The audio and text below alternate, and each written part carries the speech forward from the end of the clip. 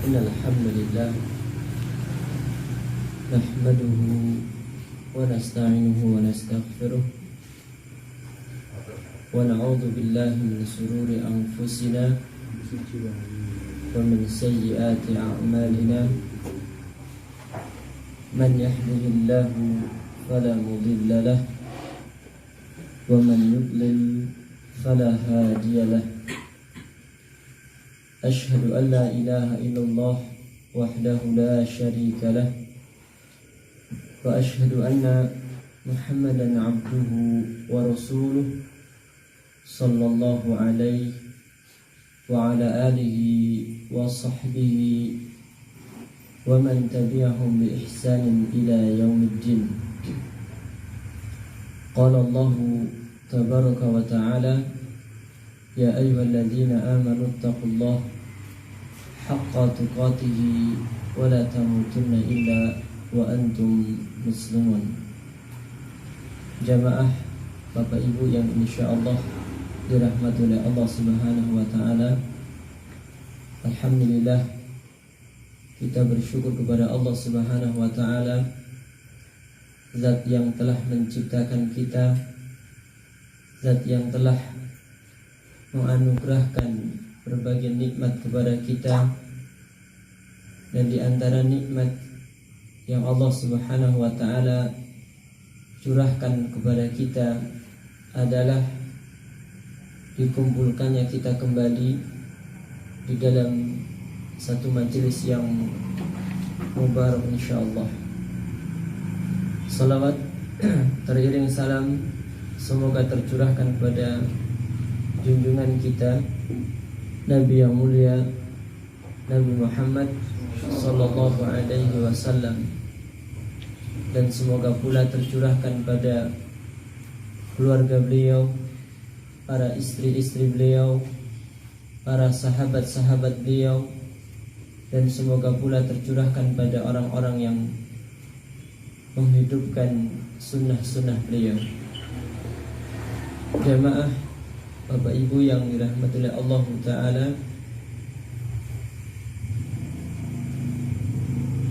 masuk pada pembahasan surat yang selanjutnya pada juz yang ke-30. Terakhir kita telah menyelesaikan surat An-Naba dan masuk pada surat An-Nazi'at.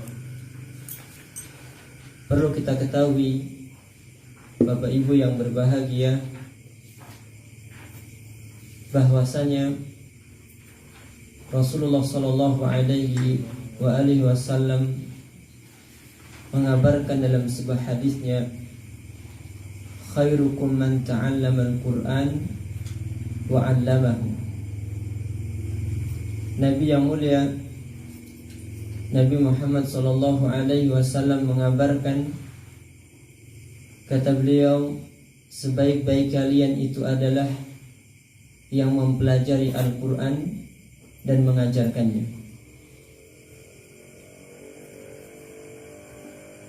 Kita berharap dan berdoa kepada Allah Azza wa Jalla, semoga kita termasuk orang-orang yang disebutkan oleh Nabi alaihi salatu wasallam di dalam hadis ini, menjadi orang-orang yang terbaik. Disebabkan karena apa?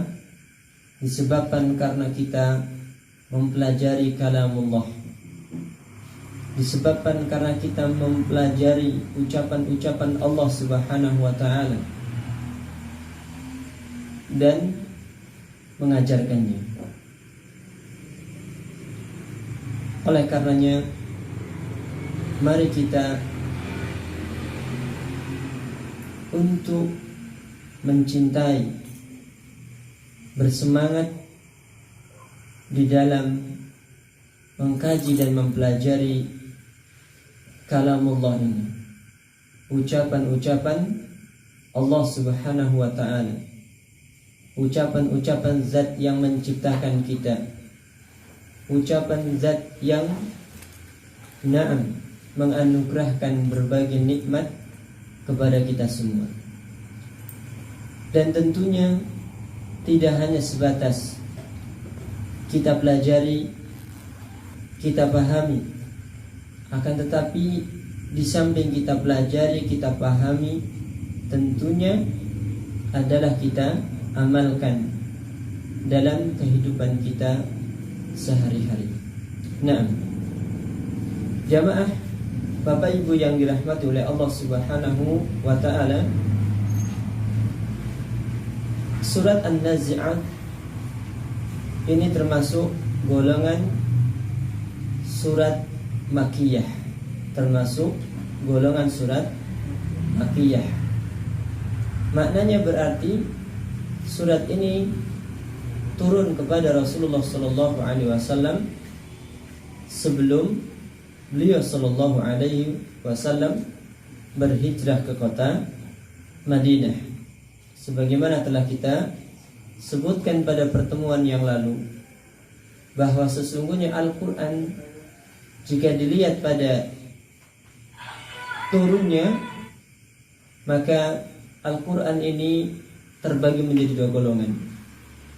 Golongan surat-surat Makkiyah dan golongan surat-surat Madaniyah. Golongan surat-surat Makkiyah dialah surat-surat yang turun kepada Nabi alaihi salatu wasallam sebelum beliau berhijrah. Nah, sebelum beliau berhijrah. Adapun golongan Madaniyah dialah surat-surat yang turun kepada beliau sallallahu alaihi wasallam setelah beliau berhijrah. Nah, dan surat An-Nazi'at ini termasuk golongan surat Makkiyah. Oleh karenanya dapat kita simpulkan bahwa surat ini termasuk surat yang turun kepada Nabi sallallahu alaihi wasallam sebelum beliau berhijrah ke kota Madinah. Nah, coba dibaca terjemahnya ayat yang pertama sampai dengan ayat yang ke-7. Yang keras. Demi malaikat yang mencabut nyawa dengan keras, demi malaikat yang mencabut nyawa dengan lemah lembut, demi malaikat yang turun dari langit dengan cepat, dan malaikat yang dahului dengan kencang, dan malaikat yang mengatur urusan dunia. Sungguh kamu akan dibangkitkan pada hari ketika tiupan pertama mengguncangkan alam. Tiupan pertama itu diiringi oleh tiupan kedua. Nah, coba perhatikan Bapak Ibu yang berbahagia, di awal-awal dari surat ini Allah Subhanahu wa taala bersumpah dengan para malaikatnya. Dan perlu kita pahami dan kita ketahui,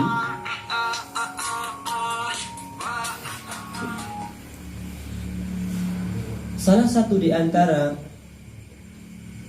usulul aqidatul Islam, salah satu di antara landasan akidah Islam adalah mengimani adanya malaikat-malaikat Allah. Ya. Salah satu di antara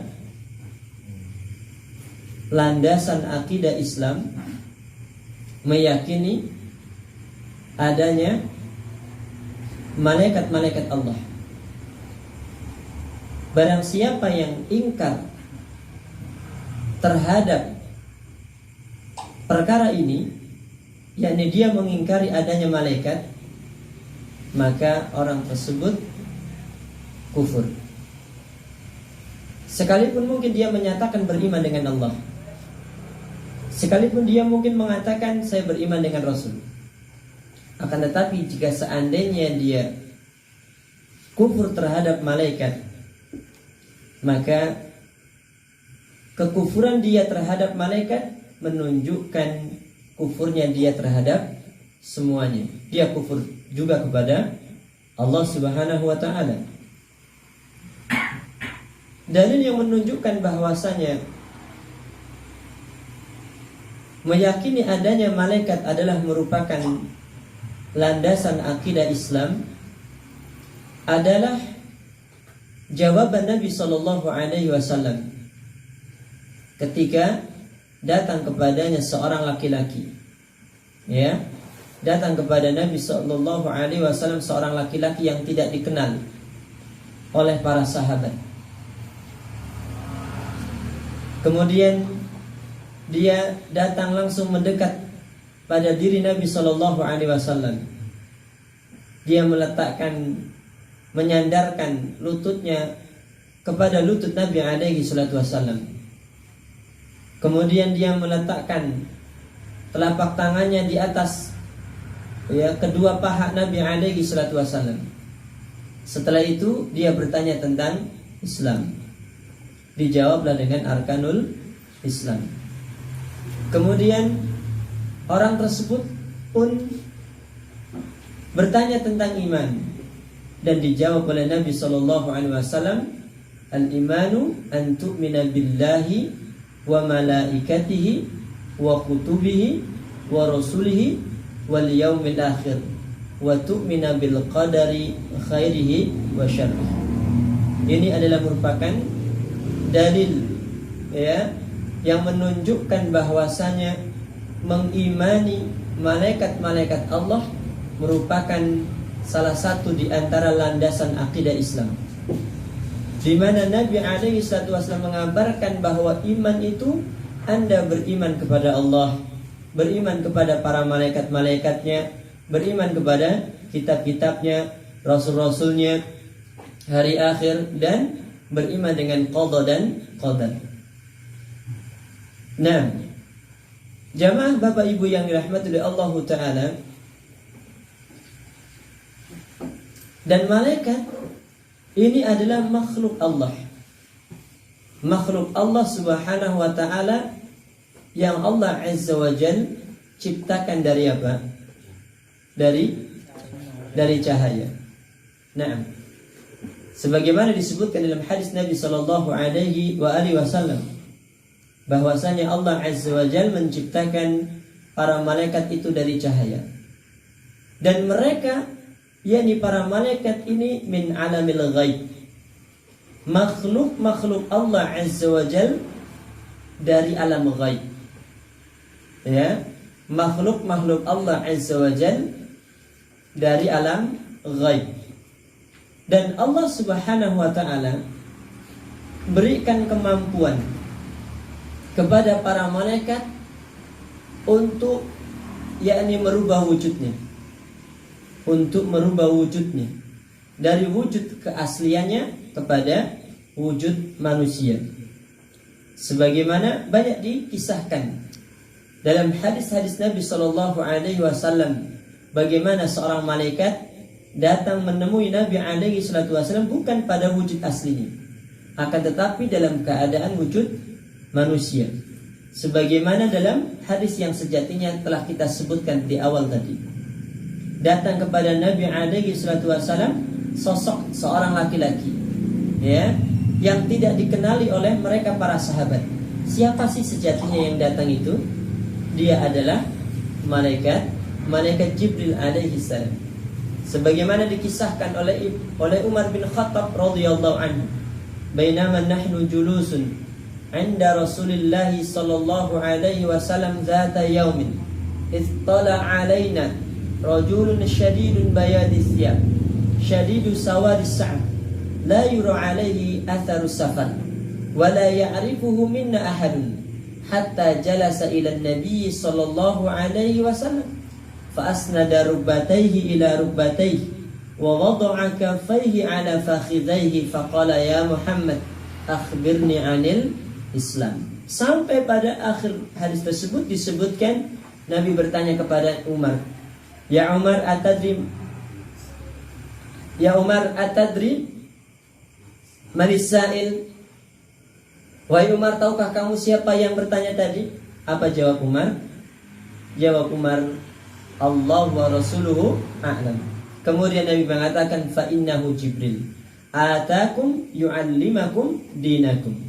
Coba perhatikan, malaikat Jibril datang menemui Nabi SAW dalam wujud apa? Dalam wujud manusia.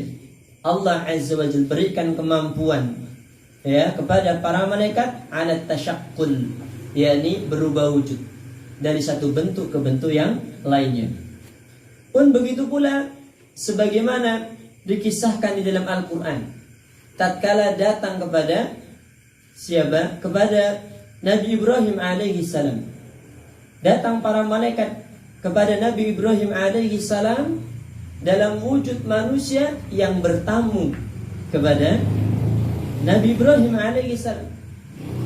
Dan Nabi Ibrahim alaihi salam tidak menyadari kalau yang datang itu adalah siapa? Para malaikat. Oleh karenanya, sebagai bentuk tuan rumah, Nabi Ibrahim itu memuliakan tamunya. Apa yang dilakukan oleh Nabi Ibrahim? Dia menyembelih apa? Menyembelih sapi. Untuk apa? Untuk memuliakan tamunya. Disembelihkannya sapi, kemudian dimasaknya, kemudian dihidangkan. Dan ikramul dhaif, memuliakan tamu, hadza minas sunnah, termasuk bagian dari sunnah. Ya, perintah agama, perintah Allah Subhanahu wa taala dan Rasulnya. Sebagaimana Nabi alaihi salatu wasallam mengatakan, "Man kana yu'minu billahi wal yaumil akhir falyukrim dhaifahu." Kata Nabi alaihi salatu wasallam, barang siapa yang beriman kepada Allah dan hari akhir, maka muliakanlah tamunya. Oleh karenanya, memuliakan tamu merupakan bagian dari syariat Islam yang seorang mukmin ya wajib bagi dia untuk ya mempraktikkan dari syariat ini. Salah satu di antaranya adalah memuliakan tamunya. Mungkin dengan air minum ataupun yang sejenisnya. Nah, jamaah Bapak Ibu yang berbahagia, Nabi Ibrahim alaihissalam menyadari kalau yang datang itu adalah malaikat. Para malaikat adalah tatkala dihidangkan kepadanya makanan-makanan, dan ternyata tidak ada satupun di antara mereka yang mengambil dari makanan tersebut. Mulailah muncul rasa takut pada dirinya. Kemudian tamu ini pun mengabarkan bahwasanya dirinya itu adalah para malaikat. Yang jelas, jamaah Bapak Ibu yang dirahmati oleh Allah Azza wa Jalla, poin yang pertama adalah kita wajib mengimani adanya para malaikat. Kita wajib mengimani adanya para malaikat. Meyakini adanya malaikat adalah merupakan landasan akidah Islam. Nah, yang kedua, kita meyakini bahwa para malaikat itu adalah makhluk-makhluk Allah Azza wa Jalla. Jika dia makhluk, maka tidak boleh seorang hamba menyembah malaikat. Kenapa? Kenapa kok tidak boleh menyembah malaikat? Karena dia makhluk. Karena dia makhluk. Allah Subhanahu wa taala ciptakan mereka pun tujuannya sama persis dengan kita, agar beribadah kepada Allah Subhanahu wa taala. Sebagaimana kita diciptakan oleh Allah Azza wa Jalla pun agar kita beribadah kepada pencipta kita, yakni Allah Subhanahu wa ta'ala. Dan mereka para makhluk adalah merupakan, yakni para malaikat, makhluk-makhluk Allah Azza wa Jalla min alamil ghaib, yakni makhluk alam ghaib. Sehingganya, kita tidak melihat, kita tidak mengetahui, akan tetapi kita wajib mengimaninya. Nah, jamaah Bapak Ibu yang dirahmati oleh Allah Subhanahu wa taala, pada surat An-Nazi'at ini Allah Subhanahu wa taala berfirman, A'udzu billahi minasy syaithanir rajim. Bismillahirrahmanirrahim. Wan nazi'ati kharqa. Wan nashitati nashqa. Was sabihati sabha. Fas sabiqati sabqa. falmudabbirati amra. Nah, coba perhatikan makna ayat. Aqsamallahu ta'ala bil malaikah allati tanzahu arwahal kufar naz'an syadidan. Allah Subhanahu wa ta'ala yakni bersumpah dengan para malaikat yang mencabut ruh-ruhnya orang-orang kafir dengan keras. Nah, di sini Allah Subhanahu wa ta'ala bersumpah dengan para malaikatnya. Di antaranya adalah dia bersumpah dengan para malaikat yang mencabut ruh-ruhnya siapa? Orang-orang kafir dengan keras. Nah, disebutkan dalam sebuah hadis, jamaah Bapak Ibu yang dirahmati oleh Allah Subhanahu wa ta'ala, bagaimana keadaan orang-orang kafir ketika para malaikat maut mencabut ruh-ruh mereka. Disebutkan dalam sebuah hadis yang dikeluarkan oleh Imam Ahmad, wa innal 'abdal kafir idza kana fi inqita'i minad dunya wa ikbali minal akhirah nazala ilaihi minas sama'i malaikah wa fi riwayah ghiladun shidad.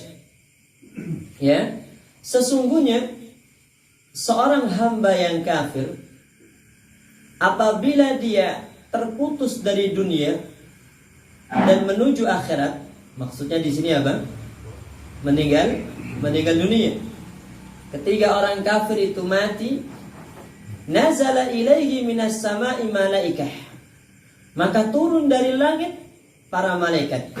Dalam riwayat disebutkan ghiladun syidad, para malaikat yang yakni berwajah keras, sadis. Sudul wujuh, hitam wajahnya. Ma'hum masuh, ya, bersama mereka, yakni para malaikat tersebut adalah kain-kain yang busuk, kain kafan yang busuk.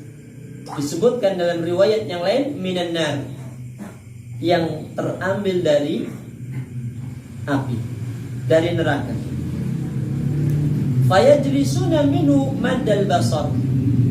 Para malaikat-malaikat tersebut yakni duduk di sisi si mayit tadi, maddal basar, sejauh mata memandang.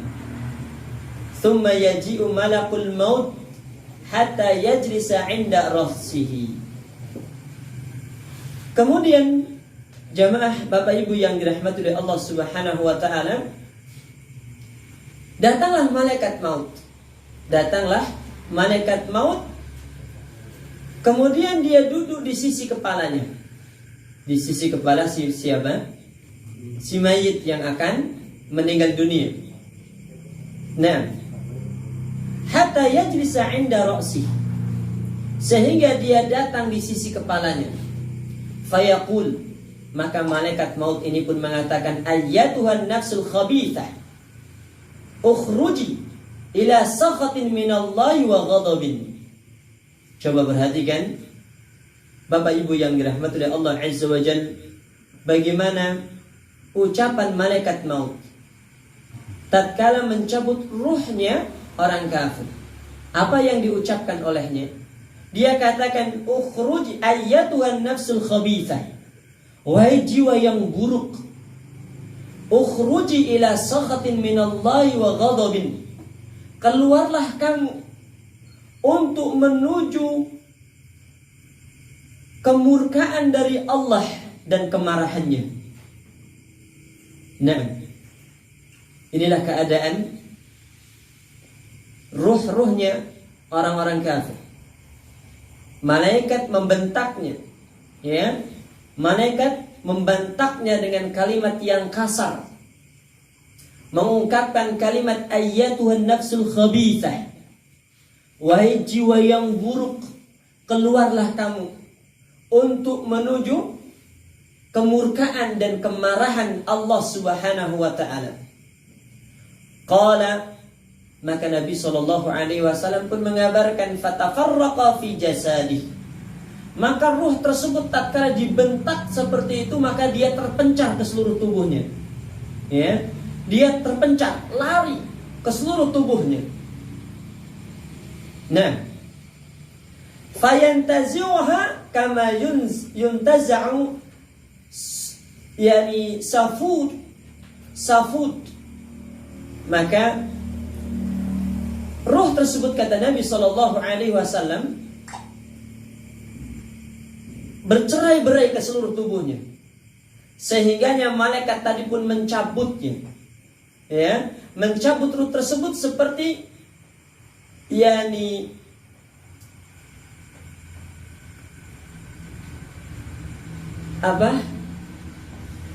kain wol atau kapas yang basah dicabut dengan besi yang berjeruji. Bayangkan keadaan mereka orang-orang kafir. Ketika ruh mereka dicabut, maka dicabutnya dengan, diibaratkan oleh Nabi alaihi salatu wasallam seperti mencabutnya kain wol atau kapas yang basah, kemudian dicabutnya dengan besi yang berjeruji. Inilah dia jamaah yang dirahmati oleh Allah Azza wa Jalla, keadaan mereka. Siapa? Orang-orang kafir tatkala dicabut ruhnya. Nah, Ibnu Abbas radhiyallahu taala anhu, dan Ibnu Abbas ini adalah merupakan salah satu di antara ulamanya sahabat-sahabat Nabi sallallahu alaihi wasallam. Bahkan beliau dijuluki dengan Habrul Ummah, tintanya umat. Ahlu tafsirnya sahabat, ya, salah satu di antara ahlu tafsirnya para sahabat Nabi sallallahu alaihi wasallam. Dikatakan Ibnu Abbas adalah merupakan ahlu tafsir dan orang yang memiliki ilmu yang sangat luas dan dalam, sehingganya para ulama menyebutnya dengan Habrul Ummah, tintanya umat, karena memang beliau radhiyallahu anhu adalah sosok seorang sahabat yang memang luar biasa kedalaman, keluasan ilmunya, dan tentu ini merupakan salah satu keberkahan doa Nabi sallallahu alaihi wasallam, di mana Nabi alaihi salatu wasallam pernah mendoakan Ibnu Abbas dengan doa Allahumma faqihhu fiddin wa 'allimhu ta'wil. Ya Allah, faqihkanlah dia. Siapa? Ibnu Abbas. Allahumma faqihhu fiddin, ya Allah faqihkan dia dalam agama. Wa 'allimhu ta'wil, dan ajarkan kepadanya tafsir. Nah, dan ternyata doa Rasulullah sallallahu alaihi wasallam makbul.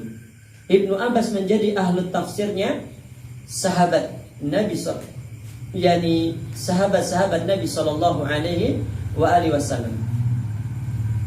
Ibnu Abbas radhiyallahu anhu berkata tentang lafaz an-nazi'at, wan-nazi'at kata beliau adalah anfusul kuffar, tunza'u thumma tunshatu thumma tukhruqu fin-nar. Kata Ibnu Abbas radhiyallahu anhu tatkala menjelaskan makna wan-nazi'at, dia katakan ini jiwa-jiwanya orang-orang kafir. Tunza'u thumma tunshatu thumma tukhraqu fin-nar. Dicabutnya, kemudian dikengkangnya, kemudian dijebloskan ke dalam neraka. Yang ditenggelamkan ke dalam neraka. Wal iyadzu billah. Kita memohon perlindungan kepada Allah Subhanahu wa taala dari neraka jahanam. Karena sungguh jamaah yang berbahagia, sebagaimana pernah kita sebutkan, sejatinya orang yang sukses itu dialah mereka yang Allah Subhanahu wa taala selamatkan dari neraka dan dimasukkan ke dalam surga. Inilah hakikat sejatinya orang-orang yang sukses. Orang yang sukses yang sebenarnya adalah mereka-mereka yang Allah Subhanahu wa taala selamatkan dari api neraka dan dimasukkan ke dalam surga. Faman zuhziha 'anil nar wa udkhilal jannata faqad faz. Sesungguhnya barang siapa yang dia dijauhkan dari api neraka dan dimasukkan ke dalam surga, faqad faz, maka sungguh berarti dia telah beruntung. Nah, berarti dia telah sukses. Makanya kita katakan, jamaah Bapak Ibu barakallahu fikum, orang yang sukses sejatinya dialah orang yang Allah Azza wa Jalla selamatkan dirinya dari api neraka dan dimasukkan ke dalam surga. Inilah yang seyogianya kita berlomba-lomba untuk menyelamatkan diri dari adab Allah Azza wa Jalla dan menggapai jannahnya, menggapai surganya. Bukankah Allah Subhanahu wa taala ya perintahkan kita untuk fastabiqul khairat? Berlomba-lombalah kalian dalam kebaikan. Bahkan dalam ayat yang lain, wa bidzalika falyatanafasil mutanafisun. Ketika Allah Subhanahu wa taala menceritakan tentang keindahan-keindahan surga, Allah Subhanahu wa taala katakan wa bidzalika, untuk itu, untuk mendapatkan keindahan-keindahan surga itu, falyatanafasil mutanafisun. Maka hendaknya berlomba-lombalah orang-orang yang senang berlomba-lomba. Jika kita senang ya melakukan perlombaan, maka berlomba-lombalah. Untuk apa? Untuk mendapatkan keindahan surga. Sebagaimana Allah Azza wa Jalla perintahkan kepada kita untuk berlomba-lomba di dalam menggapai al-jannah. Wa bidzalika falyatanafasil mutanafisun. Nah, inilah yang harus seyogyanya kita perjuangkan. Nah, ala kulian jamaah yang dirahmati oleh Allah Subhanahu wa taala, pada ayat yang pertama Allah Subhanahu wa taala bersumpah dengan para malaikat yang dia mencabut ruh-ruhnya orang-orang kafir dengan keras. Sebagaimana Allah Subhanahu wa taala juga bersumpah dengan para malaikat yang mencabut ruh-ruhnya orang-orang mukmin dengan lemah lembut. Ya, mencabut ruh-ruhnya orang-orang mukmin dengan apa? Dengan lemah lembut. Ini persis dengan apa yang dikabarkan oleh Nabi alaihi salatu wasallam, di mana beliau sallallahu alaihi wasallam mengabarkan, innal 'abdal mu'min idza kana fi inqita'i minad dunya wa iqbali minal akhirah nazala ilaihi malaikah minas sama'i bidul wujuh ka'anna wujuhahum asy-syams. Coba perhatikan Bapak Ibu yang dirahmati oleh Allah Subhanahu wa taala, Nabi alaihi salatu wasallam mengabarkan tentang keadaan orang mukmin tatkala ruhnya dicabut oleh malaikat maut. Nabi mengatakan, sesungguhnya seorang hamba mukmin idza kana fi inqita'i minad dunya wa iqbali minal akhirah, jika dia terputus dari dunia dan menuju akhirat. Maknanya apa? Meninggal dunia. Seorang mukmin tatkala dia meninggal dunia, nazala ilaihi malaikatu minas samai bidul wujuh, turun kepadanya para malaikat dari langit. Bagaimana keadaan para malaikat ini? Nabi mengatakan wajahnya itu putih. Malaikat-malaikat tersebut datang dari langit dengan wajah-wajah yang putih bersih. Ka'anna wujuhahum syams, seakan-akan wajah-wajah mereka itu adalah matahari. Subhanallah. Nampak terang dan jelas bagaimana perbedaan antara para malaikat-malaikat yang datang untuk mencabut ruhnya orang-orang kafir dengan malaikat-malaikat yang datang untuk menjemput ruhnya siapa? Orang-orang mukmin. Wajah-wajah para malaikat yang menjemput ruhnya orang-orang kafir dalam keadaan yakni hitam legam. Bahkan disebutkan ghiladun syidad. Wajahnya itu bengis, ya, keras. Namun Rasulullah sallallahu alaihi wasallam mengabarkan, ya, para malaikat yang datang untuk menjemput roh-rohnya orang-orang yang beriman, maka wajah-wajah mereka itu dah putih seakan-akan seperti apa? Matahari. Oleh karenanya, Bapak Ibu yang berbahagia, anugerah yang besar yang Allah Azza wa Jalla berikan kepada kita adalah kita ini dijadikan sebagai seorang muslim. Dijadikan kita sebagai seorang mukmin. Ini merupakan nikmat yang besar.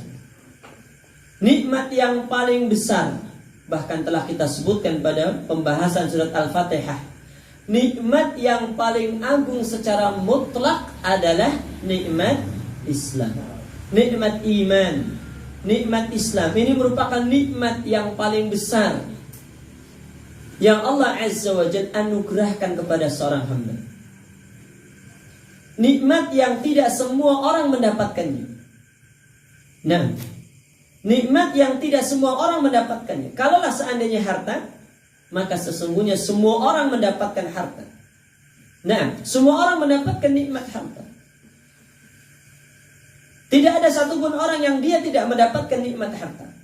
Walaupun Allah Azza wa Jalla memang membaginya, ya, antara yang satu dengan yang lain berbeda-beda. Yabsutu rizqa liman yasha'u wa yaqdir. Allah meluaskan dan menyempitkan, ya, rezeki itu bagi siapa yang Allah kehendaki. Namun satu hal yang perlu kita pahami, jamaah Bapak Ibu yang berbahagia, banyaknya harta, ya, tingginya pangkat dan kedudukan, itu semua tidak menunjukkan bahwa si fulan yang memiliki harta yang banyak, si fulan yang memiliki kedudukan yang tinggi, maknanya Allah Subhanahu wa taala cinta kepadanya. Kita katakan bukan. Tidak menjadi gambaran bahwasanya Allah cinta kepada si fulan sehingga Allah lapangkan hartanya, Allah tinggikan pangkat dan kedudukannya, tidak. Tolak ukur dicintai ataupun tidak dicintai oleh Allah Azza wa Jalla bukan pada sisi harta bendanya, kedudukannya, ataupun yang sejenisnya. Akan tetapi yang membedakan itu adalah apanya?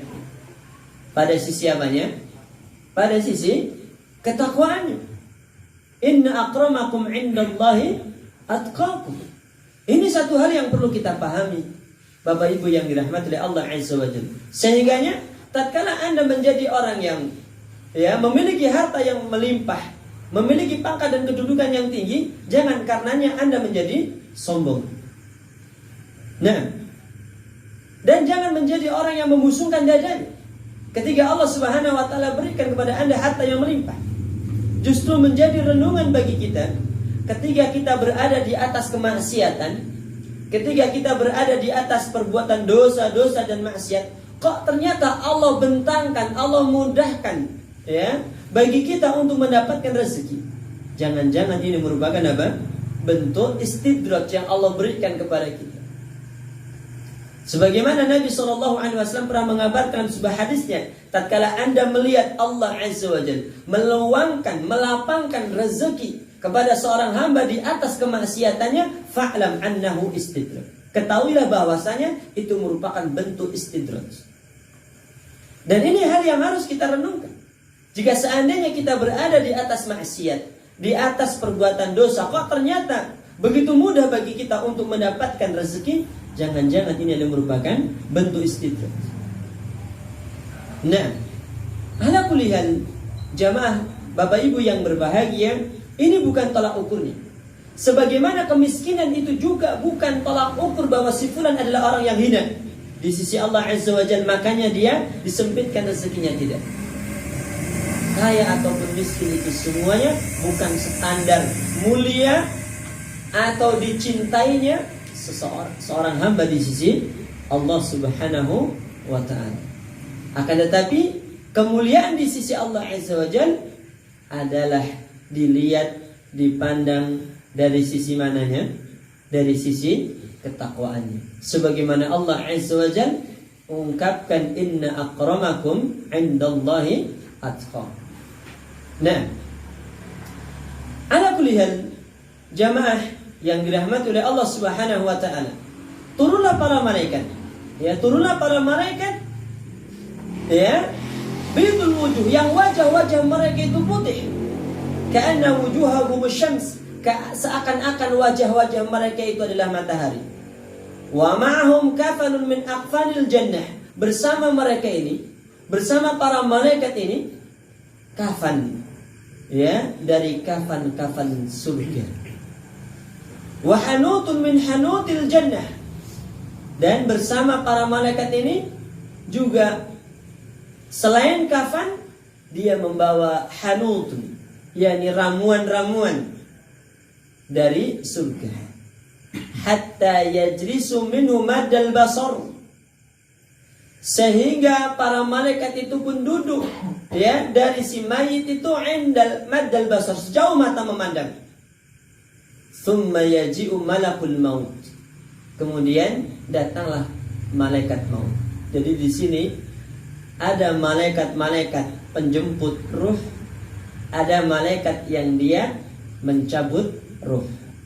Malakul maut. Malaikat-malaikat yang banyak tadi, yang dia membawa kain kafan, dia adalah para malaikat yang membawa ruhnya.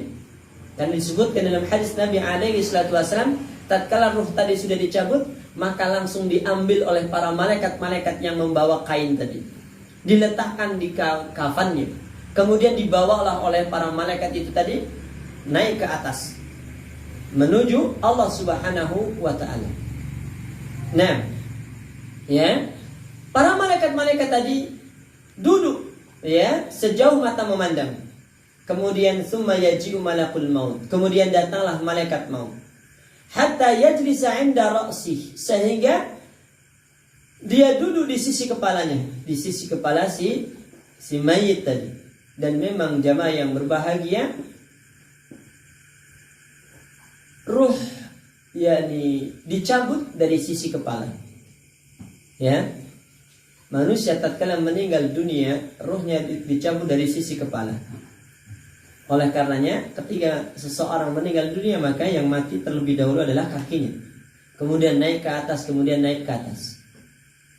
Dan Nabi mengatakan, innar ruha idza qubida tabi'ahul basar. Sesungguhnya ruh itu ketika dicabut, maka dia akan diikuti oleh mata, akan diikuti oleh pandangan mata. Sehingganya seseorang tatkala meninggal dunia, mesti dia matanya terbelalak. Kenapa? Karena dia mengikuti ruhnya. Sebagaimana Nabi mengatakan, inna ruha idza qubida tabi'ahul basar. Sesungguhnya ruh itu ketika dicabut, maka dia akan diikuti oleh pandangan matanya. Sehingganya orang yang meninggal dunia mesti dia matanya terbelalak, melek. Sehingganya hal yang pertama yang dilakukan oleh seorang yang hadir, ya, setelah dia mentalkinnya, kemudian apa? Tatkala sudah dinyatakan meninggal dunia, maka ditutupkanlah kedua matanya. Nah, fayaqul, maka malaikat maut ini pun mengatakan, ayyatuhan nafsu thayyibah, wahai jiwa yang baik. Subhanallah. Malaikat maut ini tatkala mencabut ruhnya siapa? Ruhnya orang-orang mukmin, dia mengucapkan kalimat ayyatuhan nafsu thayyibah, wahai jiwa yang baik. Ada riwayat yang menyebutkan ayyatuhan nafsul mutmainnah, wahai jiwa yang tenang. Sebagaimana Allah Subhanahu wa taala sebutkan di dalam surat Al-Mutaffifin, ya, di mana malaikat maut, ya, memanggilnya dengan penuh kesejukan, ya, penuh kelemah lembutan. Dan tidakkah jamaah yang berbahagia, kita berharap ketika datang ajal, kemudian kita dipanggil dengan kalimat yang seperti ini? Tidakkah kita berharap ketika ajal itu datang menjemput kita, dan pasti akan datang. Dan pasti akan datang. Tidak ada satupun di antara kita yang dapat lari dari kematian. Ya. Tidak ada satupun di antara kita yang dapat lari dari kematian itu. Sekalipun Anda di dalam benteng yang begitu kokoh, ketika ajal datang, maka Anda tidak akan lari darinya. Innal mauta alladzi tafirruna minhu fa innahu mulaqikum. Sesungguhnya kematian yang kalian lari darinya, ya, yang kalian takut darinya, fa innahu mulaqikum, sesungguhnya pasti dia akan menjumpai Anda. Ya, pasti dia akan menjumpai Anda. Siapapun dia jamaah yang dirahmati oleh Allah Azza wa Jalla. Oleh karenanya, hal yang terpenting bagi kita adalah bagaimana tatkala datang ajal, kita dalam keadaan melakukan kebaikan dan ketaatan. Nah, kita dalam keadaan melakukan kebaikan dan ketaatan. Kemudian ada di sana panggilan dan seruan yang sangat mulia. Kalimat apa? Ayyatuhan nafsu thayyibah. Wahai jiwa yang baik. Ayyatuhan nafsul mutmainnah. Wahai jiwa yang tenang. Subhanallah. Ini kalimat-kalimat yang indah jemaah, yang tentunya kita berharap dan berdoa kepada Allah Azza wa Jalla agar Allah Subhanahu wa taala mewafatkan kita dalam kondisi baik, dalam kondisi sedang beribadah kepada Allah Azza wa Jalla, sedang melakukan kebaikan dan ketaatan, sehingganya malaikat maut memanggil kita dengan penuh, ya, dengan penuh kelemah lembutan. Ayyatuhan nafsut thayyibah, wahai jiwa yang baik. Dan Rasulullah sallallahu alaihi wasallam mengabarkan sebagaimana yang pernah kita sebutkan, innamal a'malu bil khawatim. Sesungguhnya amalan itu tergantung di akhirnya. Innamal a'malu bil khawatim. Sesungguhnya amalan itu tergantung di akhirnya. Bagaimana akhir dari kehidupan kita? Mungkin kita sering menceritakan tentang masa-masa lalu kita. Masa-masa lalu kita di atas kebaikan dan ketaatan. Dulu saya semangat sekali kalau ngaji. Dulu saya ngaji itu harus nyepeda. Dulu saya setiap malam qiyamul lail. Dulu saya, ya, setiap Senin dan Kamis mesti puasa Senin dan Kamis. Tidak pernah putus. Dulu saya sangat aktif sekali membaca Al-Quran. Jamaah, Bapak Ibu yang berbahagia, itu dulu. Bagaimana dengan sekarang? Bagaimana dengan sekarang? Jamaah yang berbahagia, janganlah Anda menceritakan masa-masa lampau kita hanya untuk menutupi kelemahan kita di hari ini. Nah, terkadang memang sifat kita seperti itu. Kita menceritakan perbuatan kebaikan-kebaikan yang kita lakukan di masa lampau hanya untuk menutupi kelemahan kita hari ini. Hari ini kita adalah orang yang malas untuk hadir ke majelis ilmu. Hari ini kita adalah orang yang malas untuk membaca Al-Quran. Hari ini kita orang yang malas untuk melakukan berbagai bentuk kebaikan-kebaikan. Dan ini hal yang harus, ya, seyogyanya kita, yakni bangkit dari itu. Berusaha untuk memunculkan kembali rasa semangat yang pernah dahulu kita lakukan. Karena sesungguhnya innamal a'malu bil khawatim. Sesungguhnya amalan itu tergantung di akhirnya. Bagaimana akhirnya?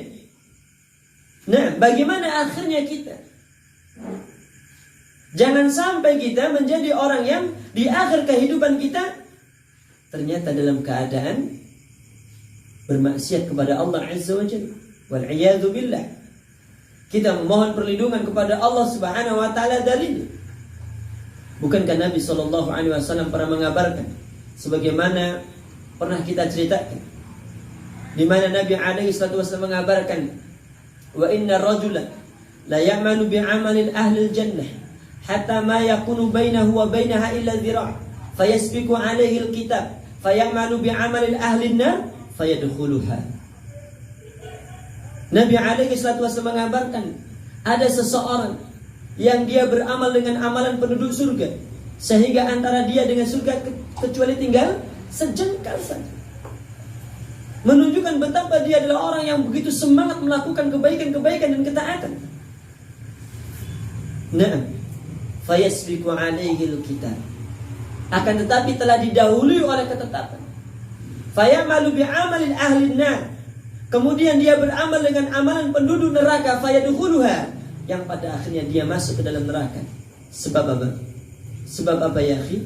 Sebab diakhiri kehidupannya dengan amalan penduduk neraka, yang pada akhirnya dia masuk ke dalam neraka. Wal iyadzu billah.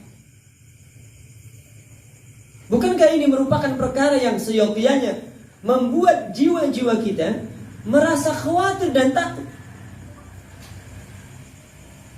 Nah, merasa khawatir dan takut kalau kita di akhir-akhir dari kehidupan kita ini ujungnya adalah keburukan.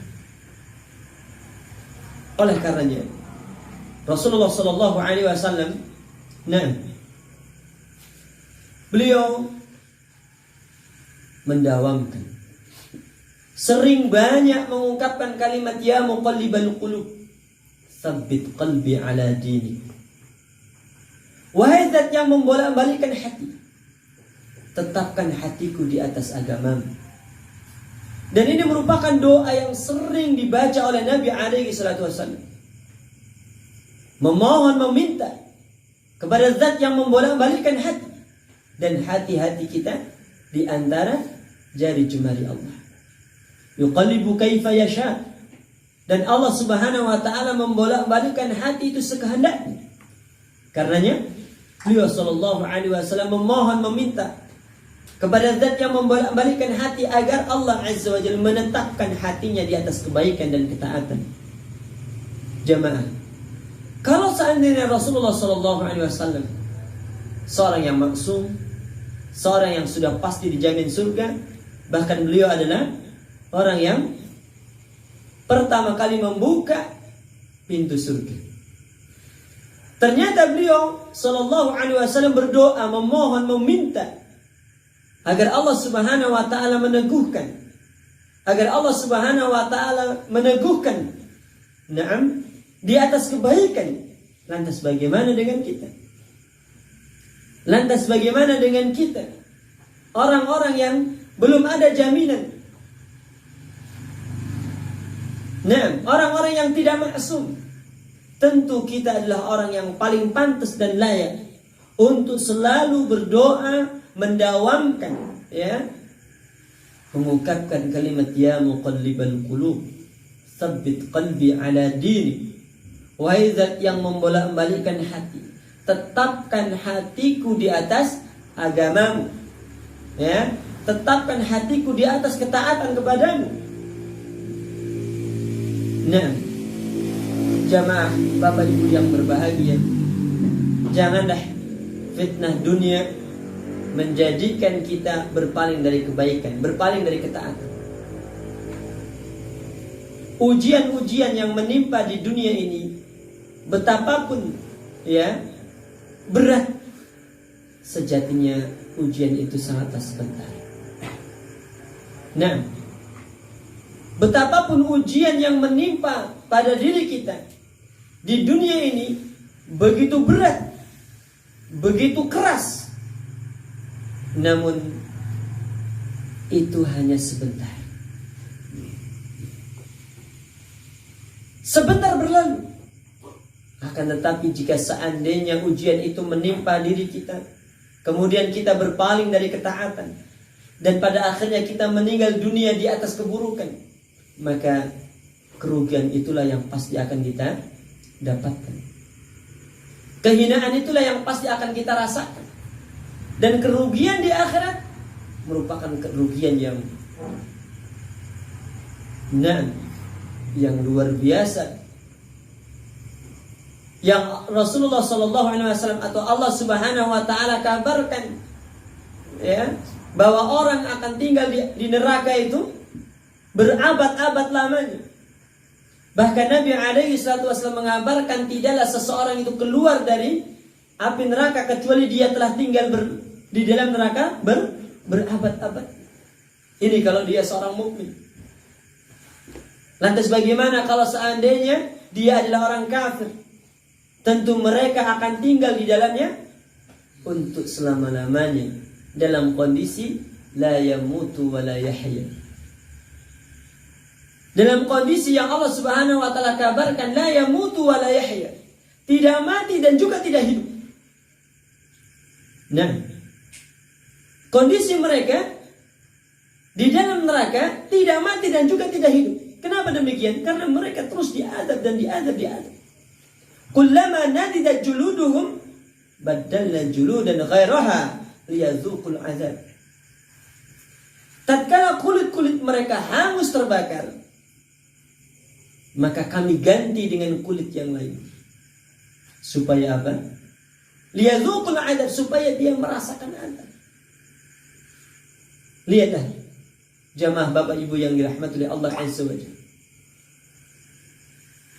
Bagaimana kedahsyatannya neraka. Bagaimana kengeriannya, ya. Neraka Jahannam yang tentunya kita senantiasa mohon perlindungan kepada Allah darinya. Ala kuliyan jamaah Bapak Ibu yang dirahmati oleh Allah Azza wa Jalla. Mari kita berbanyak untuk senantiasa meminta kepada Rabbul Izzati wal Jalalah, kepada Allah Subhanahu wa taala, agar Allah Azza wa Jalla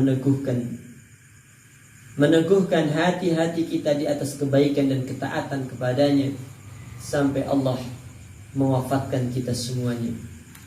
Nah, wafat dalam keadaan ada panggilan dan seruan dari malaikat maut yang mengucapkan kalimat ayyatuhan nafsu thayyibah ukhruji ila maghfiratin minallahi wa ridwanin. Wahai jiwa yang baik, keluarlah kamu untuk menuju ampunan dan keridhaan Allah Subhanahu wa taala. Subhanallah. Malaikat maut memanggil roh tersebut dengan panggilan yang luar biasa indahnya. Panggilan yang kita memohon dan meminta kepada Rabbul Izzati wal Jalalah agar Allah Azza wa Jalla mewafatkan kita dengan panggilan itu. Ayyatuhan nafsu thayyibah, wahai jiwa yang baik, ukhruji ila maghfiratin minallahi wa ridwanin. Wahai jiwa yang baik, keluarlah kamu untuk menuju ampunan dan keridhaan Allah Subhanahu wa taala.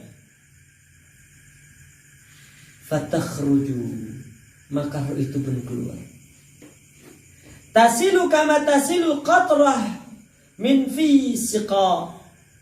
Nabi sallallahu alaihi wasallam mengabarkan roh itu pun keluar, mengalir seperti mengalirnya air dari mulut teko ketika dia dituangkan. Subhanallah, begitu mudahnya. Nah, begitu mudahnya ruh tadi keluar. Walaupun demikian, ya, Nabi sallallahu alaihi wasallam mengatakan inna lil mauti la sakarat. Inna lil mauti la sakarat.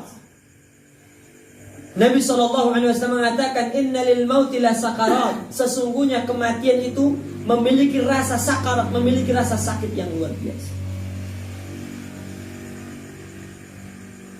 Nah,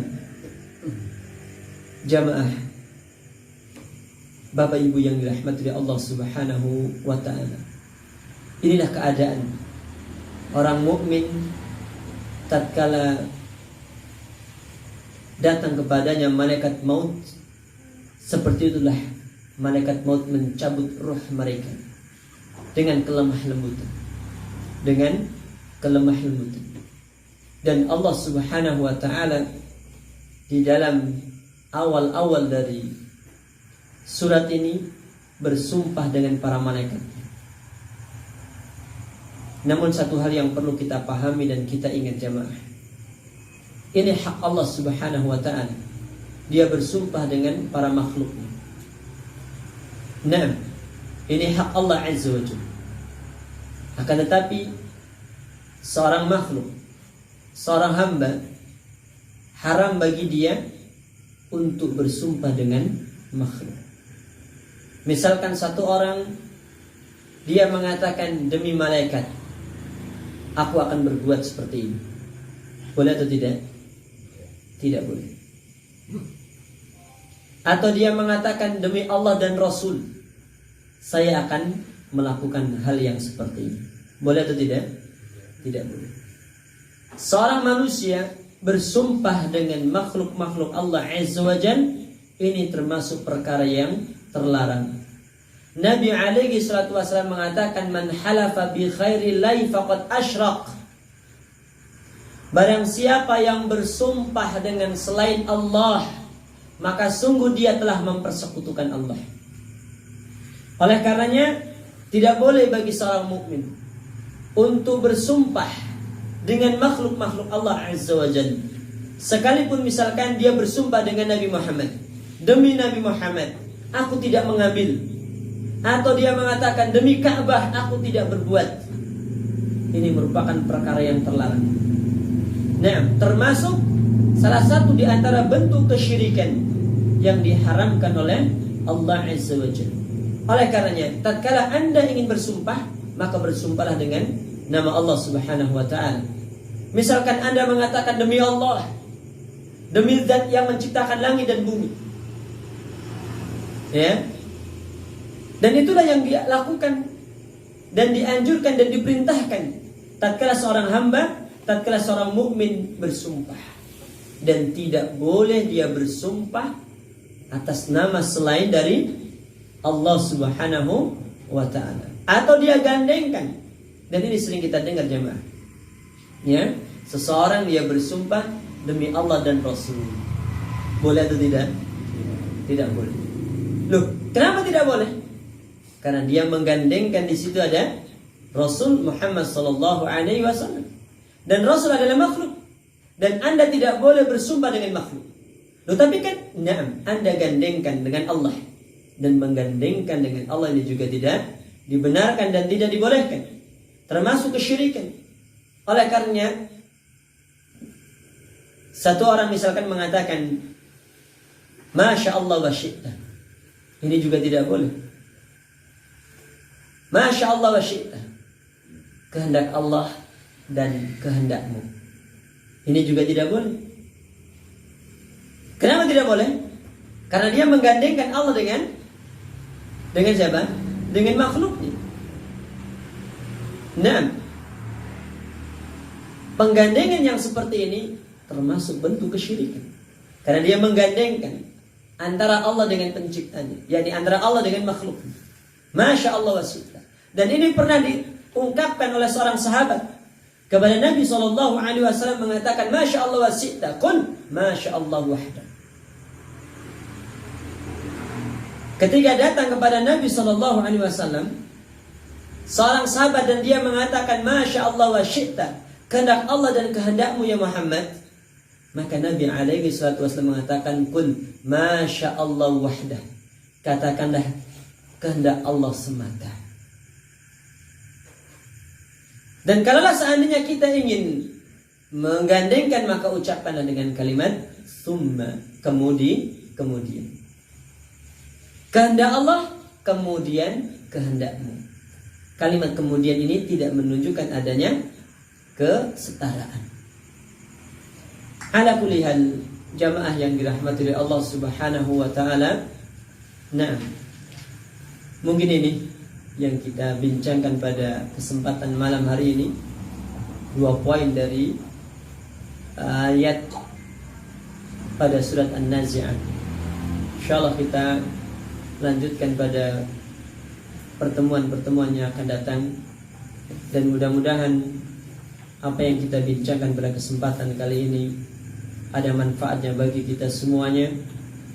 Dan mudah-mudahan apa yang kita bincangkan pada kesempatan kali ini membuahkan iman, menumbuhkan iman pada diri kita, sehingga kita menjadi orang-orang yang khauf, menjadi orang-orang yang takut kepada Allah Subhanahu wa taala.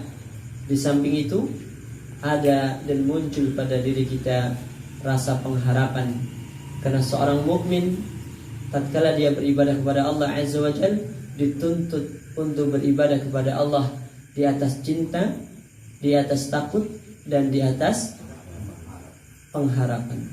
Oleh karenanya kita harus membangun ibadah kita di atas 3 hal tadi.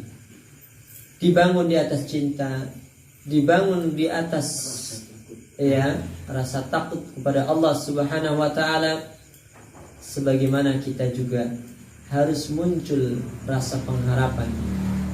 Takut kalau Allah Subhanahu wa taala mengakhiri kehidupan kita di atas keburukan. Berharap kepada Allah Azza wa Jalla agar Allah Subhanahu wa taala mewafatkan kita di atas kebaikan dan ketaatan. Sehingganya hal yang seperti ini tadi akan membuahkan permohonan kepada Allah Azza wa Jalla agar Allah mewafatkan kita di atas kebaikan dan ketaatan. Wallahu ta'ala a'lam. Subhanakallahumma wa bihamdika asyhadu an la ilaha illa anta astaghfiruka wa atubu ilaik. Assalamualaikum warahmatullahi wabarakatuh.